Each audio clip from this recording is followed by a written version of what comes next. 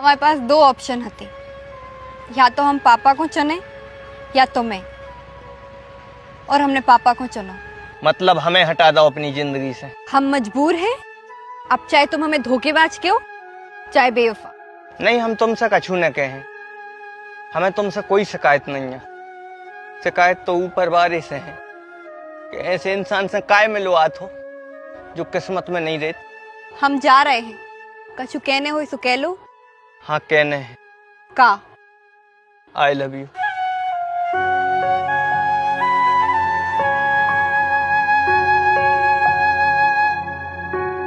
और हमें पता है तुम धोखेबाज नहीं है, न तुम बेवफा हो। तुम सिर्फ खूबसूरत हो, दुनिया की सबसे खूबसूरत लड़की।